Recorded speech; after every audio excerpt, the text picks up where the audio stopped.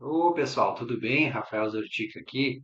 Essa aula eu sei que é queridinha de muitos, é um assunto de predileção de diversos colegas, edema agudo de pulmão, gosto é gosto, não vamos entrar nesse quesito.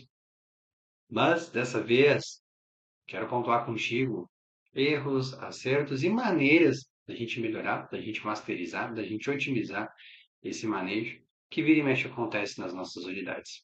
Não necessariamente na UTI coronariana, mas também na UTI em geral, aquele paciente que acaba fazendo uma sobrecarga volêmica, aquele paciente que acaba apresentando um edema agudo tipo 3, e a gente muitas vezes vai ter que dar uma ajeitada nele, até mesmo antes de ir para o laboratório de hemodinâmica. Então, sejam muito bem-vindos, edema agudo na UTI. Vamos lá. Olha só, o pilar, a base, o esteio de tratamento do EAP, ele se encontra sob três pés: diurético-terapia, o uso dos vasodilatadores e a ventilação mecânica não invasiva. Eu gosto de trazer VMNI, depois lá para frente eu trago só como VNI, porque é como a gente fala corriqueiramente, mas justamente para dar importância devida a esta parte do tratamento. Em verdade, os teóricos, né, informam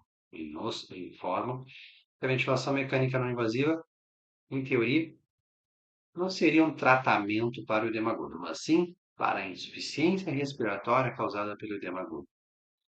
Mais ou menos parecido como quando a gente conversa sobre delírio, né? Os antipsicóticos não são tratamento para o delírio, mas sim para a agitação causada pelo delírio, pelo estado confusional agudo. Tem a diferencinha pequena, né? Mas como aqui a gente sempre tenta sair ali da média 7, eu gosto de passar para vocês, certo? E isso aqui, se for feito bonitinho, sem medo de ser feliz, em tempo e a contento, a gente consegue tirar o paciente do agravo.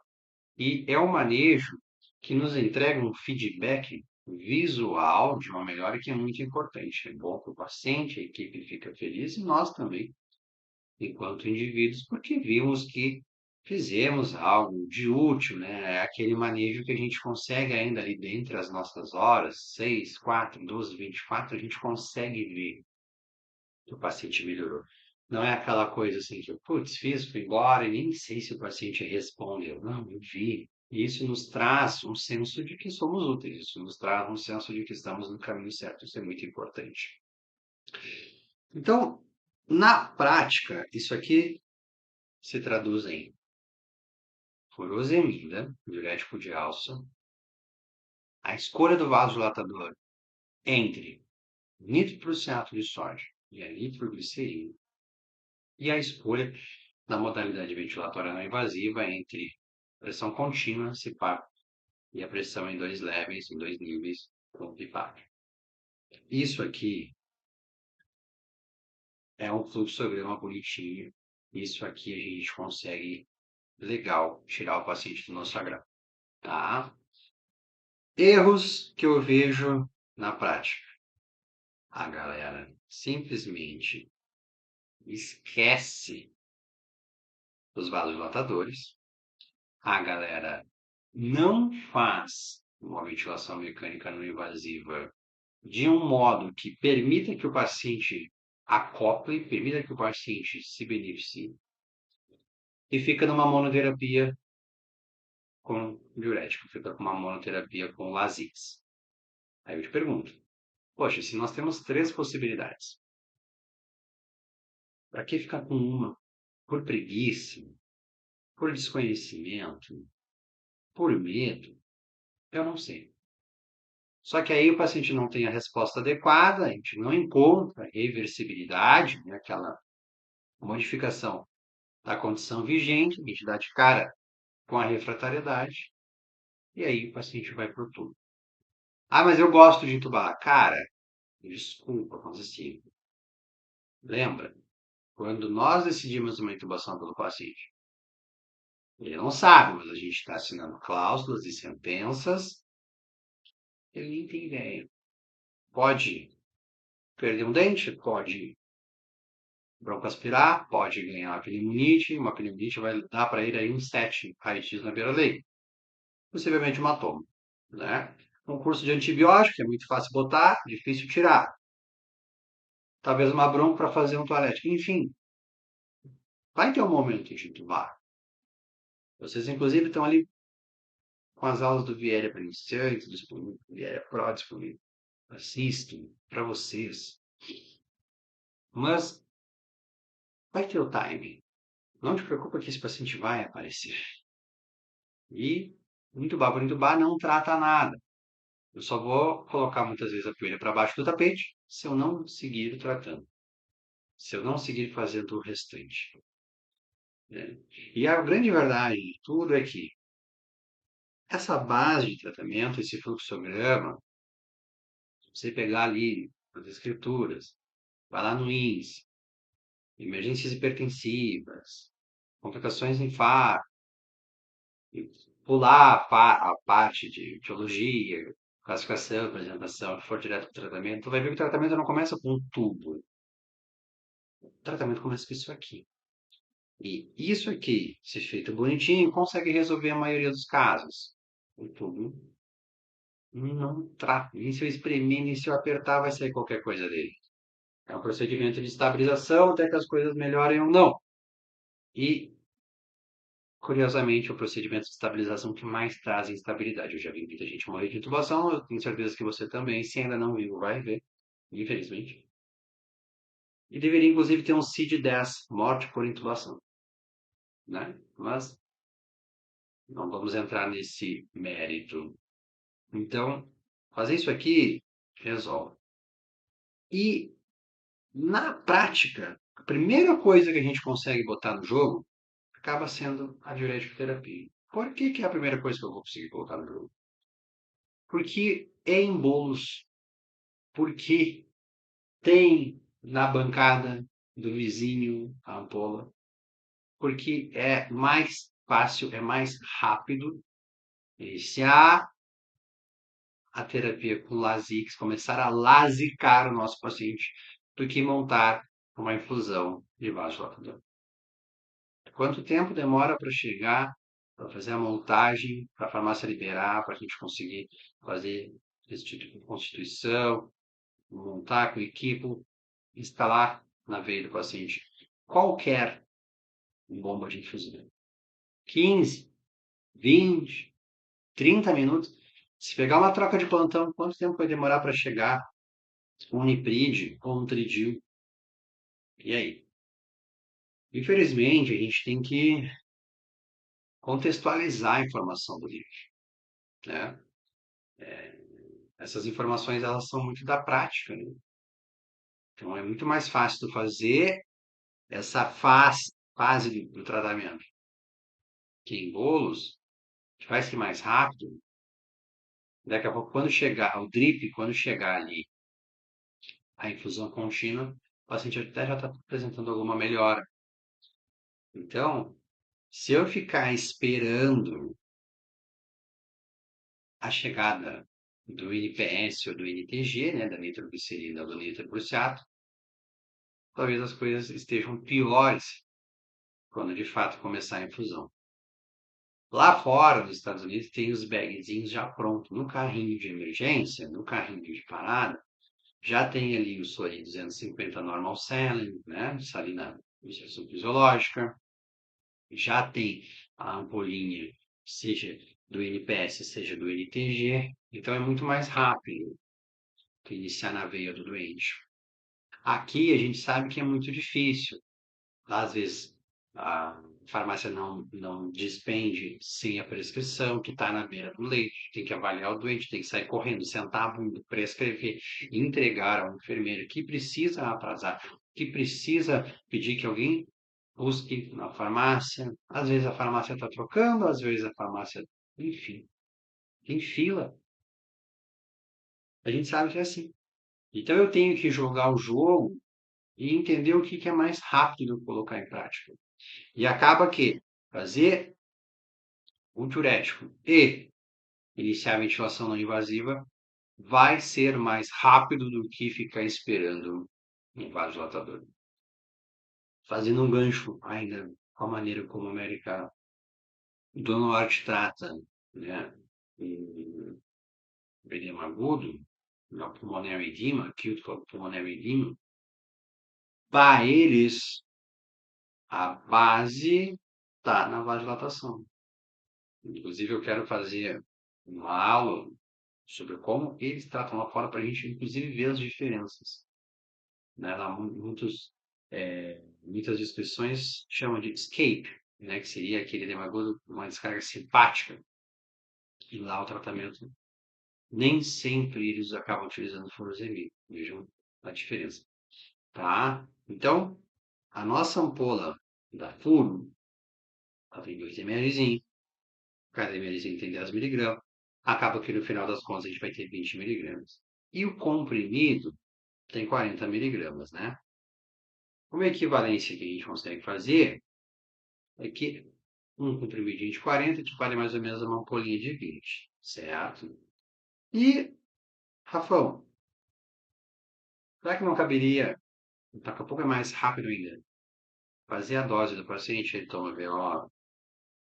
Cara, diante da descompensação, não. Por quê?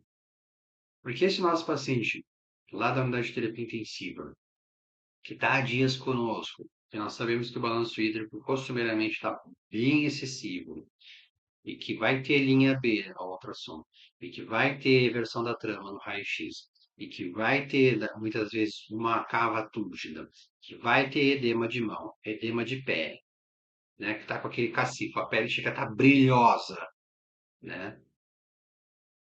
Esse paciente também está com as tripas, também está com o intestino edemaciado. Então, a absorção e, no final das contas, a biodisponibilidade dessa medicação, a gente não sabe como vai ser.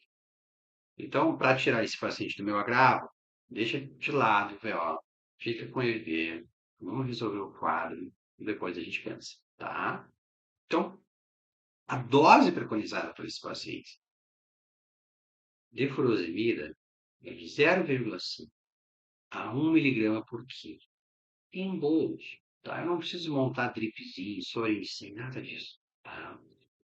E eu posso ainda repetir um curto intervalo de tempo, e aqui a gente vai ver que os intervalos de tempo diante do manejo de mergulho são todos curtinhos, isso é importante a gente colocar no nosso CPU. Então, eu posso fazer essa dose, eu posso repeti-la conforme a resposta em 30 minutos. E aí tem descrição de repetir a mesma dose ou metade da dose. Tá? E o furosemida vai nos entregar duas ações.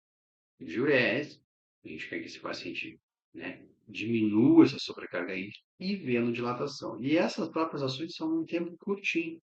A gente está falando de 15 minutos para venodilatar e 30 para fazer diurese, certo? Só que, cuidado, e aqui está um erro comum que eu vejo no dia a dia, vivendo com o pessoal, e acabo trazendo para a gente. Por quê? Pega um pacientinho de 80 quilos, coloca na ponta do lápis, 0,5, 0,5 para 80 vai dar 40. 42 ampolas. Se eu fizer para 1 miligrama quilo, vai dar 80. São 4 ampolas. Essa dose, essa recomendação é para o paciente que não faz uso de furosemida, gurizada. Ele é virgem de tratamento. Ele não toma furo em casa. Ele não está usando furo na prescrição. Esse pacientinho recebe uma dose menor. E uma dica, opinião de especialista, mas que já me salvou muitas vezes. De repente pode ajudar vocês. Se eu estou diante daquele nosso paciente crash, aquele nosso paciente que está de fato grave, que está me angustiando também, isso é muito do feeling, né? Ah, Rafael, edema agudo ali, vamos lá. Ok, cheguei, olhei, espiei, senti o cheiro. Tô ok, fiz a minha avaliação, não me angustiei, eu vou muitas vezes para uma dose menor.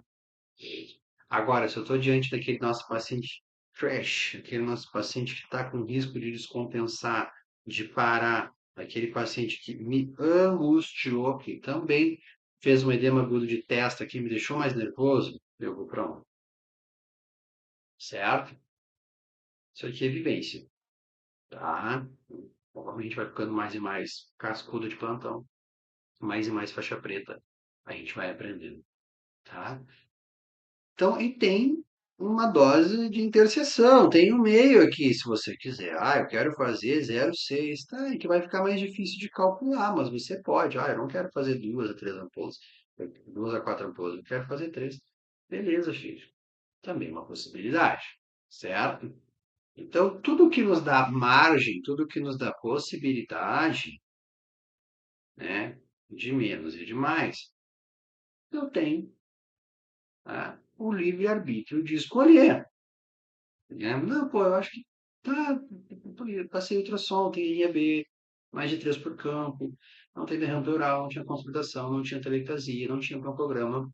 Ah, o paciente não está tão hipoxêmico para conseguir colocar tudo a tempo e a contento.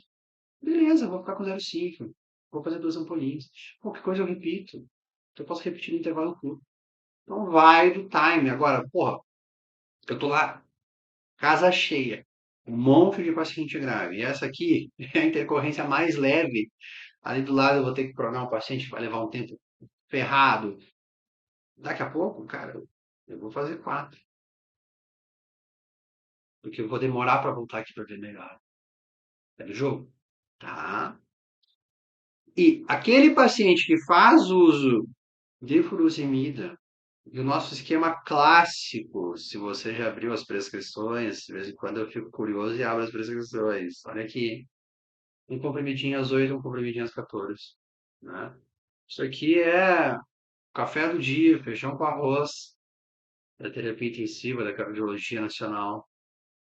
Aí a gente tem uma possibilidade de uma dose bem maior para esses nossos pacientes. Até 2,5 vezes a dose do dia. Então, se o camarada toma um comprimidinho de 40, mais outro comprimidinho de 40, 8 e 14, e toma 80 miligramas na dose, eu posso ir para né? 80, vou fazer uma vez. Eu posso ir para 80 miligramas a 200 miligramas. A gente está falando de 4 ampolas e a gente está falando de 10 ampolas.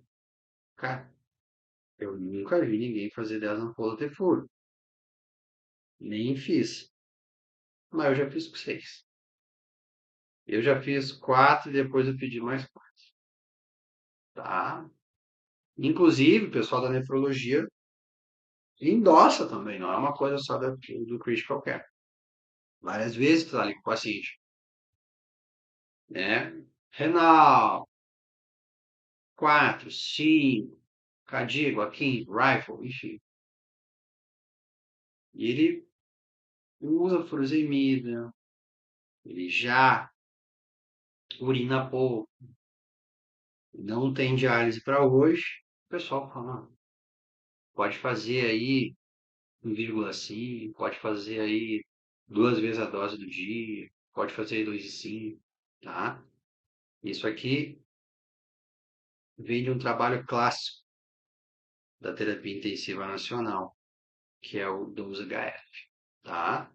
Então, não se assustem a encontrarem doses maiores. E lembre-se, sempre, sempre, sempre que a gente vê, ou mesmo prescreve, solicita uma conduta que é de ponta e não faz parte do senso comum, não faz parte da média 7, não faz parte da grande massa, explique. Para não encontrar problemas em equipe. Porque todo mundo quer saber por que está fazendo aquilo ali. Todo mundo quer entender, todo mundo quer aprender. A gente trabalha interdisciplinar. Eu quero aprender com o enfermeiro, eu quero aprender com o nutricionista, eu quero trocar ideia com o técnico, porque no final das contas, quem menos fica tempo com o paciente somos nós médicos. Eu falo nós médicos porque aqui a grande maioria são os colegas médicos, mas também os colegas fisioterapeutas, os colegas enfermeiros, os colegas técnicos, os colegas acadêmicos, nutricionistas, enfim. Só para que a gente possa falar a mesma língua. E o TI, por mais que a gente já seja assim, muitas vezes, pô, achei estranho, né? E às vezes eu sei que pessoal ainda tá meio de salto alto, ou é novo, pô, será que posso ser mal interpretado por perguntar? Então, eu explico ao pessoal, estou precisando de dose mais alta, porque ele já usa furo. Então, ele tem essa indicação aqui, pô, beleza. Até pra galera saber se defender. Daqui a pouco pega um colega que não sabe disso e está diante de uma grave semelhante. Quem já teve essa vivência? Ô, Doc, esses tempos nós tivemos um caso semelhante, daqui a pouco até com a mesma paciente. E aí o colega fez uma dose maior, pô, tem um estudo, ele até mandou pra gente. Pô, beleza, agora, vou fazer. Vida ensinou, tá? Então levem isso em consideração. E tem esse doentinho aqui, que tá lá. Se tu pesquisar, tu vai encontrar um camarada desse aqui na nossa UTI.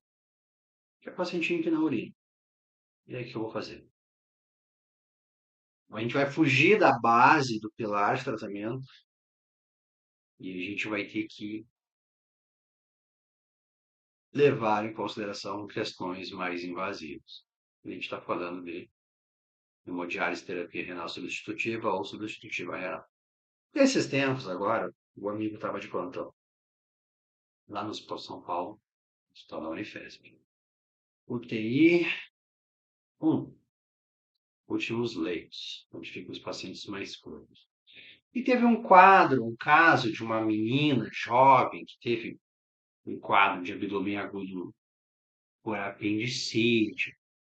Só que ela ficou pipocando UPA, libera, procedimento, libera. Isso aqui, cara, isso que ela foi atendida num time bem out of time, assim, bem tardio.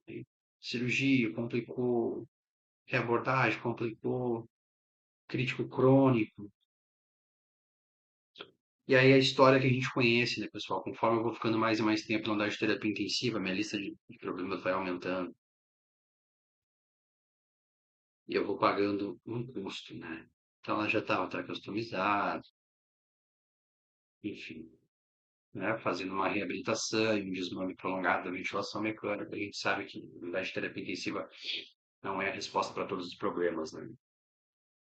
E essa paciente acabou evoluindo com injúria renal, ela precisou de terapia de substituição e já estava em uma fase de dialisar dia sim, dia não, né? E nessa conta matemática, a gente sabe que conforme mais e mais tempo o nosso paciente vai ficando, maior o seu balanço hídrico, né? Então, mais hipervolemicos eles costumam ficar, porque tudo que entra é empurrado em volume, né? Então, há toda uma questão de desnutrição, sarcopenia, hipovominemia, né? Por isso a importância da abordagem nutricional, que todos os esforços conjuntos, unindo as expertises das diversas profissões, né? E o colega me passou a bola lá, a fulaninha hoje ela não dialisa, não tem diálise para ela hoje, o pessoal da nefro já passou, beleza. E eu passei visita, ela estava super bem, conversei com ela, não tinha nenhuma demanda, estava confortável, satisfeita com o cuidado, etc. O paciente que zero demandas para nós, né? E aí daqui a pouco o pessoal me chamou, Rafa, como vim aqui, falando que tá fazendo demagogia. A galera já bateu o olho, já sabe, né? E aí eu cheguei lá e ela estava, de fato, bem disfuncionada, com imenso trabalho respiratório, de estresse respiratório importante, né? Sudoreica, utilizando musculatura abdominal, utilizando sternocleides, utilizando o corpo, utilizando o rasa nasal, enfim, disfuncionada real. Sudoreica. E tem uma coisa que a gente aprende com o tempo, diante desses agravos, né? Que muitas vezes o paciente apresenta uma expressão de medo, né? E o edema agudo tem para mim isso muito claro. O edema agudo crash mesmo traz essa expressão de medo. Aquele paciente que já se posiciona tentando puxar o ar, já está quase em terra máquina.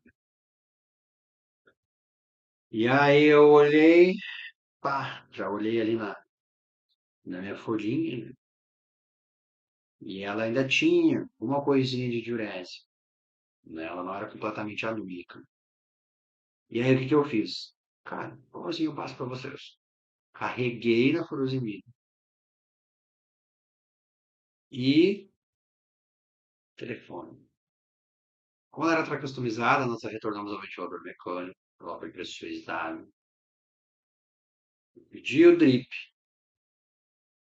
debaixo do meu e carreguei com 6 ampolas. Ela era magrinha e ela usava um diurético. Carreguei com 6 ampolas de furosemida e telefone. Eu não vou lembrar o ramal agora. 17, 9, alguma coisa. Liguei para a Neto. Conversei primeiro com o técnico da Jales, me apresentei. Ô, mestre, boa noite. Eu sou o Rafael, sou médico aqui, estou de plantão do sexto andar na UTI G1. Eu queria ver com o senhor, se eu poderia conversar com algum colega nefrologista, que a gente precisa urgenciar uma diálise para fulano de tal. Ele, o paciente que vai ficando no serviço, todo mundo já conhece. Hoje, de fato, ela não tem, doutor. Eu falei, pois é, só que ela abriu um quadro aqui de descompensação. Ele tá aí por perto? Tá sim, ele passou, você com o colega, e o colega mesmo já conhece. Por quê? Porque fica mais fácil conseguir o que tu queres, o que tu acha que o paciente precisa, quando tem mais informação. E aí eu passei, colega, eu tinha passado visita no começo do plantão, o paciente estava legal, agora ela abriu um quadro, com aumento da respiratória, com sudorese. Eu sei que ela ainda tem uma pequena diurese residual, eu já fiz diurético com dose para paciente usuário de furosemida, eu já pedi o vasodilatador, ela já retornou para ventilação mecânica invasiva. Eu gostaria que o senhor pudesse dar uma avaliada. Não, não, estou indo aí. Quando ela desceu, já canetou máquina de diálise. O paciente melhorou. Se eu não sei esse refinamento, eu fico insistindo, insistindo, insistindo na diurético terapia, talvez eu não consiga, tá? E quando eu sei isso, é muito mais fácil eu já arrancar o que eu quero do que o nefrologista falar para mim assim, fiz subdose, faz mais aí, depois me avalie, me liga. Só que aí daqui a pouco é sexta-feira, o plantão do cara não é de casa, não é presencial. Então, conhecimento liberta. Quando sabe mais, é mais fácil tu arrancar o que tu deseja. Uma vaga, cateterismo, o que for. Fechou? Isso é visão para vocês. VNI, que eu já não estou mais chamando de ventilação mecânica não invasiva. Vamos falar como a gente fala. Só não chama de VNIzinha. Isso aqui é um desrespeito à ventilação não invasiva. Tá? Ventilação não invasiva, tratamento para insuficiência respiratória por edema agudo, diminui intubação, diminui mortalidade, ajuda. Só que eu vejo muitas vezes a galera fazer de um jeito meio estranho. E aí é muito fácil falar isso aqui. O paciente não tolerou. Não tolerou. Então, como é que eu posso transicionar essa frase do paciente que não tolerou para o paciente que se beneficia? Não é difícil. O segredo aí é aos poucos. Colegas físicos, por favor, não me deixem mentir. O amigo aqui, eu fiz uma vez um curso de ventilação mecânica não invasiva lá no Rio Grande do Sul. Eu era o único médico. Também dos colegas fisioterapeutas. Estava eu lá sentadinho no fundo para não atrapalhar por causa da altura. E aí todo mundo se apresentando. Eu lá, Rafael, sou médico, sou residente da clínica médica. Todo mundo já me olhou. Mas um pouquinho da turma ali já me conhecia. Rafael. Tá. E é de praxe que todo curso de ventilação não invasiva, o aluno seja pressurizado para ele saber o que, que ele faz aos seus doentes, aos usuários do sistema. Se vocês tiveram a oportunidade de serem pressurizados, vocês hão de concordar comigo o quão desconfortável aquilo é. Tu fica, parece que tá engolindo ar. É ruim, aquele cabresto, aquela amarra, né? Eu tenho essa cabeça que parece um ovo, né? Aí a máscara fica. Aí pega uma menina com o rostinho mais delicado, aquela máscara fica desse tamanho. Enfim, não é tarefa fácil. Não deve ser visto com desprezo. tem que ser feito bonitinho. E, antes de gravar essa aula, apesar de eu achar que sei, né, assim dizendo, eu sentei com os colegas fisioterapeutas de um serviço que eu frequento aqui, e que as meninas estavam ali, já tinha todo mundo feito ali o grosso, sentei e falei, pá, guris, eu tô fazendo uma aula para os meus alunos lá, e queria falar sobre isso, mas eu queria que vocês me endossassem, pudessem me dar mais uma dica, ou me disser que talvez eu esteja errado, né? Eu penso assim, assim, assado, assim, assim, assado, assim, assim, assado. Mas, Rafa, é assim, é isso. E aí, aqui eu trago para vocês. O segredo de ir aos poucos, seja com pressão contínua, seja com dois níveis, é que a gente comece tanto a pressurização quanto o cabresto, né? A amarra, devagar.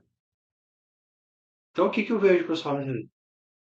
No livro fala que no edema agudo o CPAP pode ser de 5 a 10. Aí o camarada vai lá e senta 10 centímetros de água na cara do doente, já amarra ele com o cabresto bem afivelado. Cara, a chance do teu paciente não tolerar é gigante.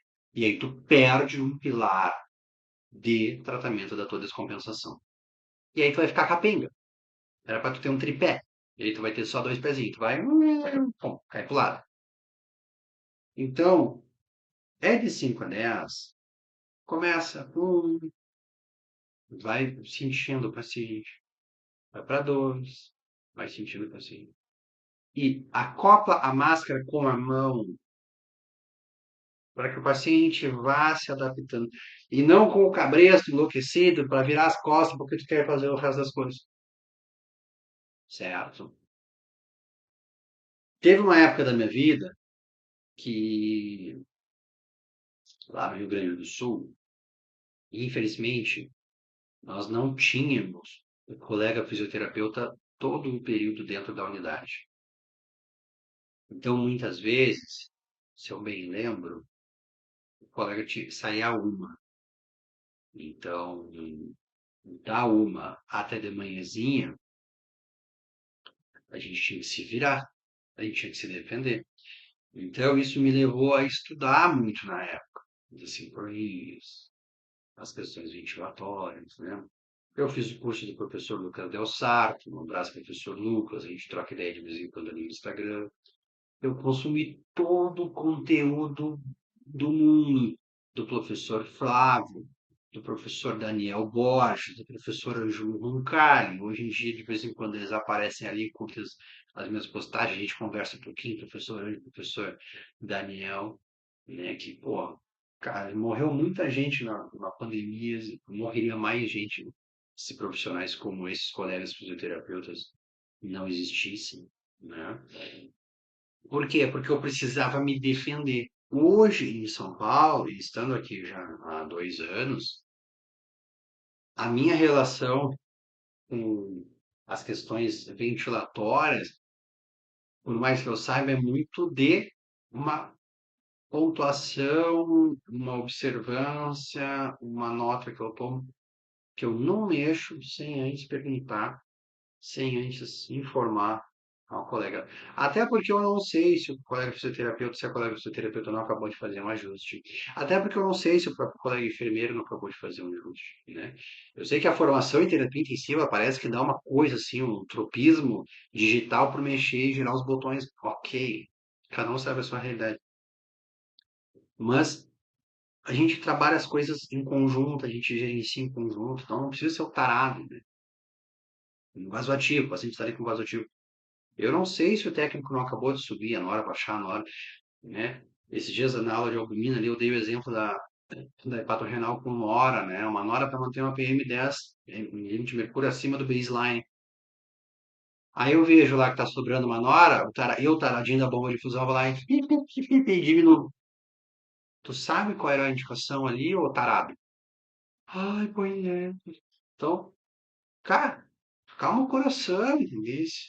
Chega depois ali na hora de faz a reuniãozinha rapidinho, alinha as metas da noite, da tarde, do dia, faz um safety huddle.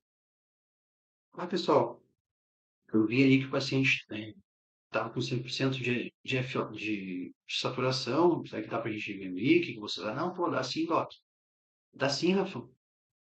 Pô, percebi que o paciente estava ali com uma ciclagem precoce. Será que a gente pode fazer algum ajuste? Não parecia dor. Pô, certeza. Pô, valeu, obrigado. Isso você divide as responsabilidades, você empodera os demais profissionais e foge daquela medicina intensiva, médico-centrista, onde eu tive o desprazer de frequentar o TIC. Um médico, rei sol, tudo ele sabia, tudo ele apitava, ele cantava dieta, ele cantava cuidado de enfermagem, ele cantava reabilitação, terapia respiratória, tá? É importante saber. Mas o maestro, fazendo um gancho lá para nossa aula de organização na PCR, ele não tem que tocar os instrumentos pelos ossos. Ele está ali para reger, ele está ali para trabalhar em equipe, tá?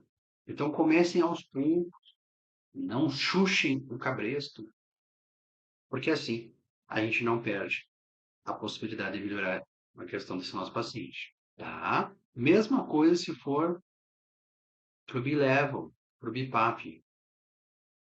Eu vou pressurizando aos poucos. Eu vou fazendo delta para que o paciente tolere, para que o paciente não. Ah, não tolerou. Não. Vai ser de benefício. E uma palavrinha, uma sigla americana, que eu quero que vocês levem daqui para frente. Sempre, sempre, sempre, avaliação do paciente com insuficiência respiratória, WOB, Work of Breath. WOB. Para nós é o trabalho respiratório. Então, mas tem o score, que aí tu pede uma gasometria para o paciente. Cara, é mais fácil olhar para o doente. Eu fiz a diurético terapia. Eu instalei a ventilação mecânica não invasiva direitinho. Estou aguardando o vasodilatador. Eu estou vendo se o paciente está melhorando. Aquela respiração embarrigada está virando torácica. Aquele trigger externo peitomastoide está mais leve. A costela já não está mais aparecendo. A fúrcula está calma. A asa nasal está tranquila. O paciente parou de suar. Ele está menos taquicárdico. A expressão de pavor mudou. O paciente sabe quando está melhorando.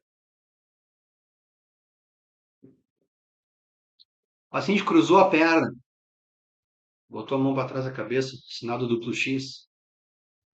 Guerra ganha. Gasometria arterial. Um dos procedimentos mais dolorosos da terapia intensiva. Tu vai ao neral e enfermeira. Vai ter que alguém descer para o laboratório. Eu tenho um gasômetro dentro da UTI, enfim.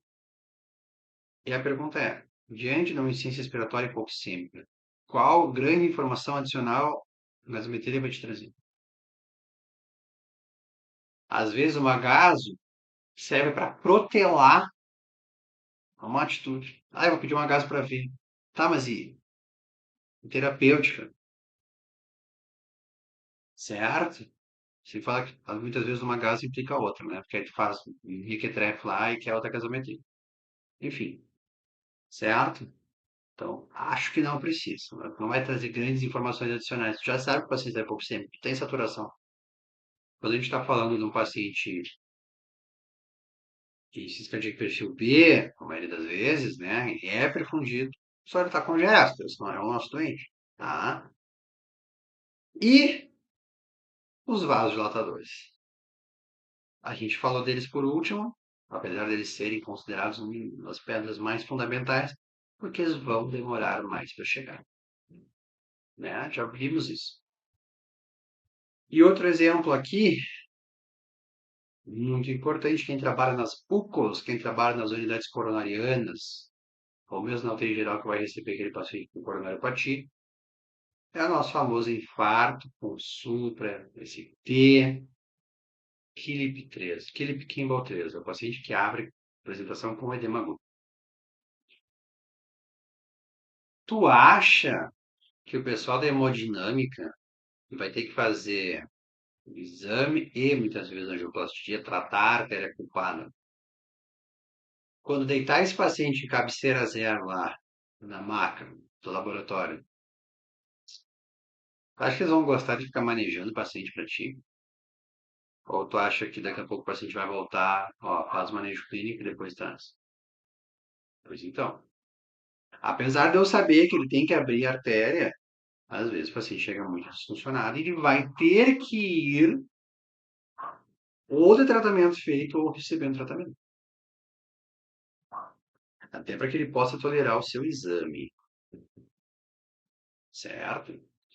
E aqui, nitroglicerina e nitroprussiato são os nossos dois protótipos. Lá fora existem outras possibilidades, mas que a gente não dispõe aqui no Brasil.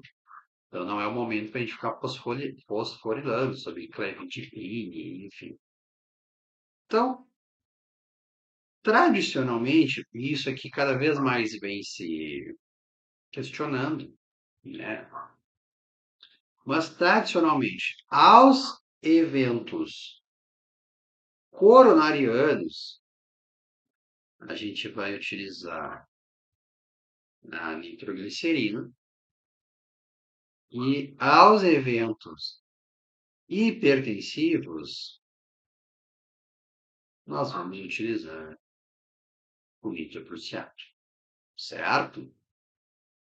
Então, naquela minha pacientinha, por sobrecarga hídrica, por aumento da pressão arterial que foi para diálise, a minha escolha foi aqui, ó.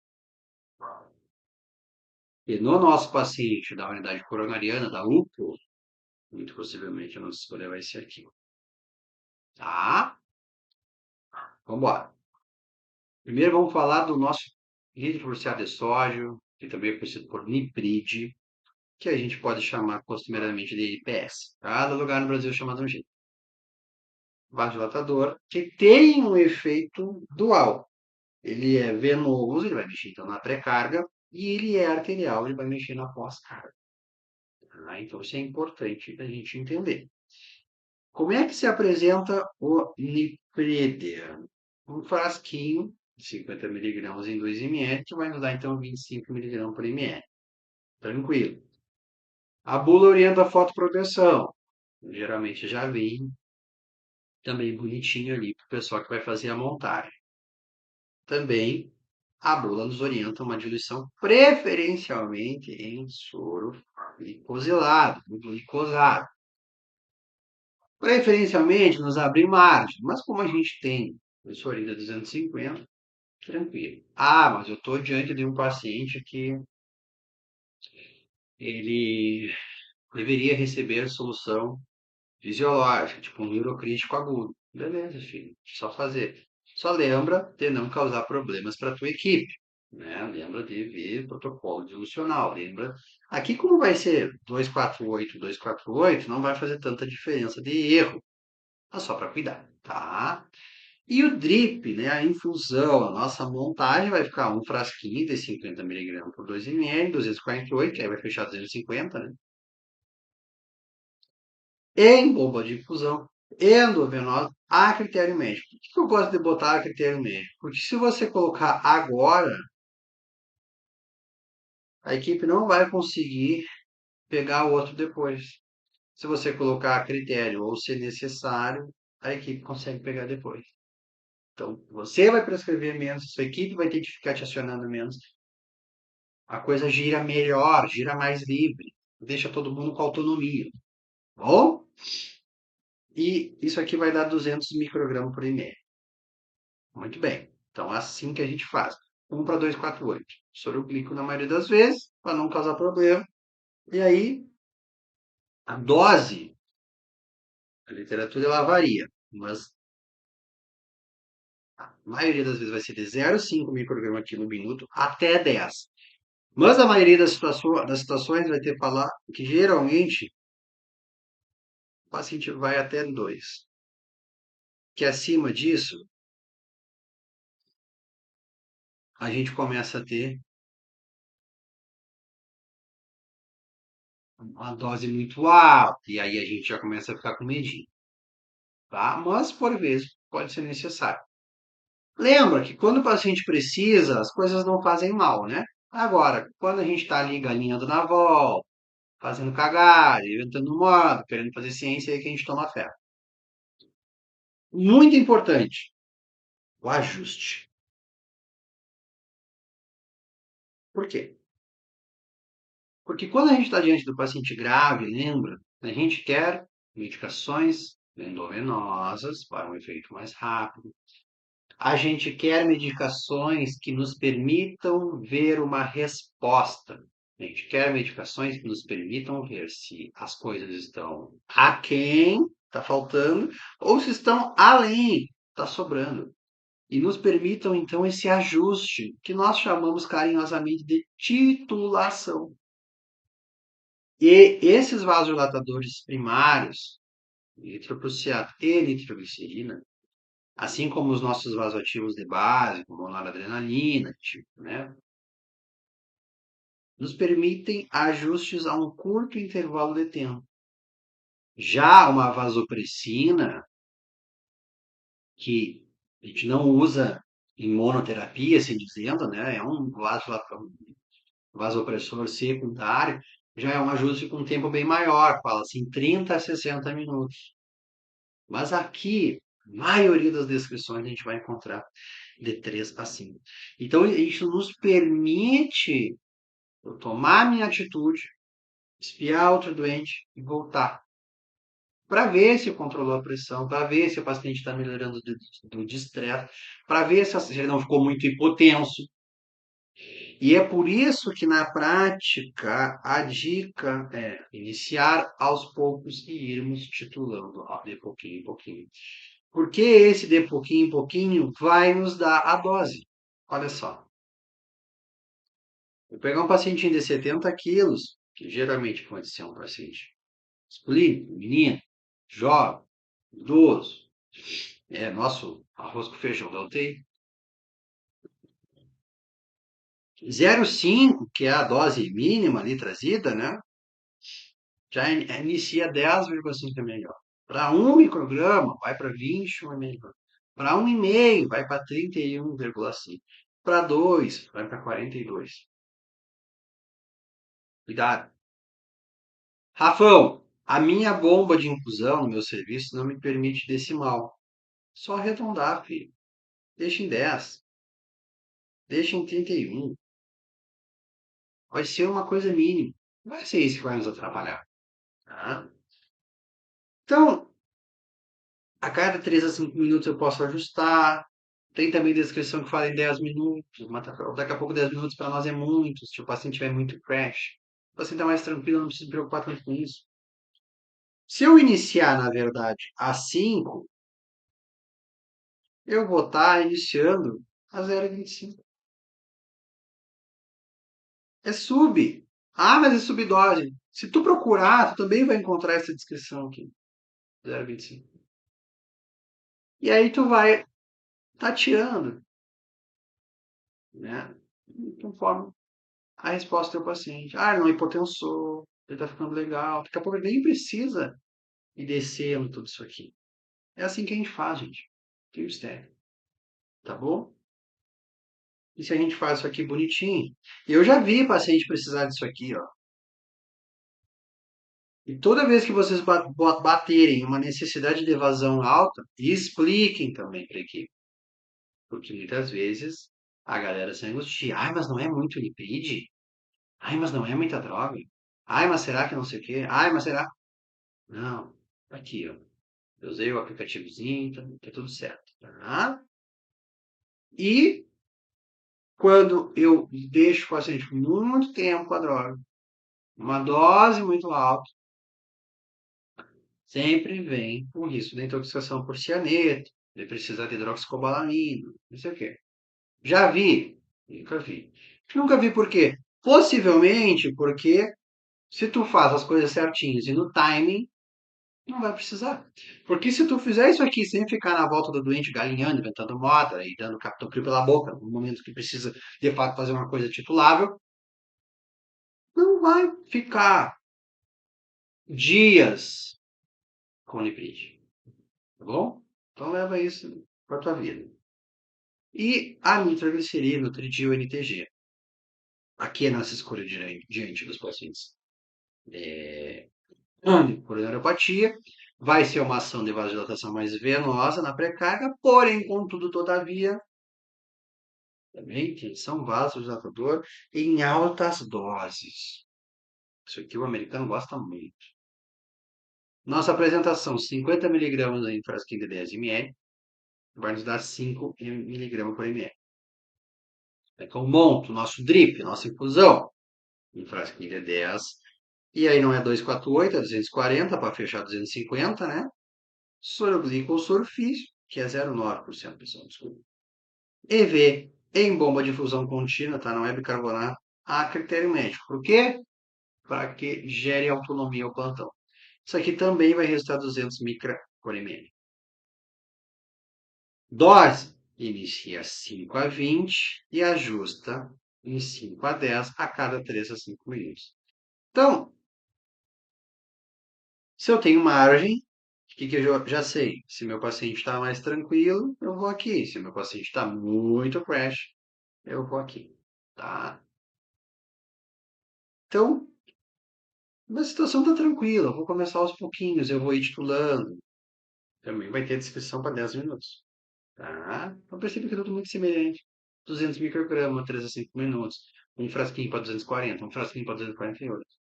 É bem tranquilo. Se é para iniciar a 5, vai ser 1,6 ml. Ah, eu quero iniciar uma sub, ver se o paciente não fica legal. Beleza, inicia um. Não tá bom. Eu preciso ajustar. Espera um pouquinho e aumenta. E assim tu vai. Tá bom, pessoal? Não tem mistério. É isso aqui que a gente tem que fazer. Cuidados. Taquifilaxia, né? Conforme o tempo de exposição eu vou perdendo o efeito, né? E vai exigindo mais e mais doses, mas também se a gente utilizar no tempo que o paciente precisa, até abrir uma coronária, depois que abriu, enfim, dificilmente o paciente vai precisar ficar com muito tempo. Cefaleia, né? Não se esqueçam que é um vasodilatador, isso aqui o paciente geralmente refere mesmo. E aqui, né, gurizada aí, essa geração aí agora está precisando desse auxílio, né? Complicado. Tem que cuidar também. Inibidores da fosfodiesterase, sim. Combinado? Pessoal, no relógio. Identificou? Ah, pediu uma tropa, pediu um BNP, NT pro BNP, pediu um eco, um sonei, raio-x. Lembra que o raio-x na beira-leite vai demorar. Puxei o ultrassom. Canta! O diurético. Muitas vezes o próprio colega fisioterapeuta já identificou, já te avisou e já está fazendo os cuidados ventilatórios. E aguarda o nosso vasodilatador. Furo, na dose certa. 0,5 a 1, paciente virgem. 1 a 2,5 a dose do paciente C, já o usuário de furosemida. VNI, do jeito certo, pressurizando aos pouquinhos. Começa fazendo a vedação com a mão, depois usa o cabresto. E nitroglicerina, nitrocruciato também no perfect timing, conforme a indicação. Assim, as nossas chances aumentam. Se eu faço a base, o esteio, se eu faço o pilar, muito possivelmente eu encontro reversibilidade, eu não dou de cara com a refratariedade, eu não vou precisar entubar, passa central, fazer o caralho a quatro. Lembre-se, todas essas drogas aqui podem ser utilizadas em veia periférica, sem problema algum, tá bom? Então, assim é melhor. Ah! Posso fazer a furo contínua? Pode, mas também não há nenhuma descrição de superioridade. É mais uma via venosa que vai ser exigida. Daqui a pouco o paciente está lá infundindo vasodilatador, precisa de outra via para fazer qualquer coisa que ele já esteja fazendo. Então, daqui a pouco. Mas também há essa possibilidade. Ah, sem problema algum. Então é isso, pessoal. Espero que essa aula aqui possa nos ajudar no dia a dia, na qualidade assistencial, na melhora da prática de vocês e, consequentemente, do serviço. O ser humano muda quando vê vantagem. No momento que eu vejo que a Maria, que o José, que o Paulo e que a Carol desenrolam melhor, os seus pacientes possuem um resultado melhor, isso contagia. Bom, então é muito gratificante para mim ser partícipe na formação e informação de vocês. Multipliquem, tá bom? Forte abraço e contem sempre comigo. E essa aqui é a maneira brasileira de tratar o edema. Eu quero trazer para vocês a maneira americana, que muitos chamam de escape no tempo, tá bom? Para a gente ver as diferenças, para vocês fazerem uma vez que o paciente também ó, sai, parece que está tirando com a mão. Forte abraço e até a próxima. Fui.